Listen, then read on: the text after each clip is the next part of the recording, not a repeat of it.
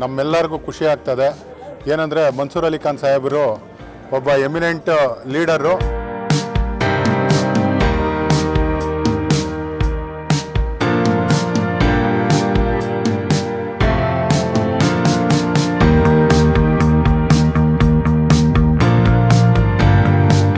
Sir, ಏನು ಅವಿರೋಧವಾಗಿ ರಾಜ್ಯಸಭೆ ಸದಸ್ಯರಾಗಿ ನೂತನವಾಗಿ ಮನ್ಸೂರ್ ಅಲಿ ಖಾನ್ ಆಯ್ಕೆಯಾಗಿದ್ದಾರೆ. ಈ ಶುಭ ಸಂದರ್ಭದಲ್ಲಿ ತಾವೇನು ಹೇಳ್ತೀರಾ ಸರ್? ಸರ್, ಈ ಶುಭ ಸಂದರ್ಭದಲ್ಲಿ ನಮ್ಮೆಲ್ಲರಿಗೂ ಖುಷಿ ಆಗ್ತದೆ. ಏನಂದರೆ ಮನ್ಸೂರ್ ಅಲಿ ಖಾನ್ ಸಾಹೇಬರು ಒಬ್ಬ ಎಮಿನೆಂಟ್ ಲೀಡರು.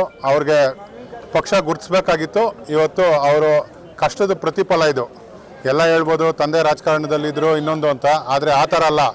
ಅವರು ಕಷ್ಟಪಟ್ಟಿರೋದಕ್ಕೆ ಇವತ್ತು ಅವ್ರಿಗೆ ಸಿಕ್ಕಿರೋ ಅಂಥ ಪ್ರತಿಫಲ ಇದು. ರಾಜ್ಯಸಭಾ ಸದಸ್ಯರು ಇವತ್ತು ಒಬ್ಬ ಕಾರ್ಯಕರ್ತರನ್ನ ಪಕ್ಷ ಗುರುತಿಸುತ್ತೆ ಅನ್ನೋದಕ್ಕೆ ಇದೇ ಉದಾಹರಣೆ ಅಂತ ಹೇಳ್ತೀನಿ.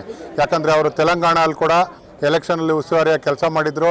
ಅಲ್ಲೂ ಕೂಡ ಪಕ್ಷ ಅಧಿಕಾರಕ್ಕೆ ಬಂತು. ಕೇರಳಲ್ಲಿ ಉಸ್ತುವಾರಿ ಆಗಿದ್ದರು, ಅಲ್ಲೂ ಪಕ್ಷ ಅಧಿಕಾರಕ್ಕೆ ಬಂತು. ಆದರೆ ಮೊನ್ನೆ ಬೆಂಗಳೂರು ಸೆಂಟ್ರಲಲ್ಲಿ 15 ದಿನದಲ್ಲಿ ಅವರು ಹತ್ತತ್ರ ಬರೀ 30,000-35,000 ಓಟಲ್ಲಿ ಅಷ್ಟೇ ಸೋತಿದ್ದು. ಆದರೆ ಅದು ಗೆಲುವು.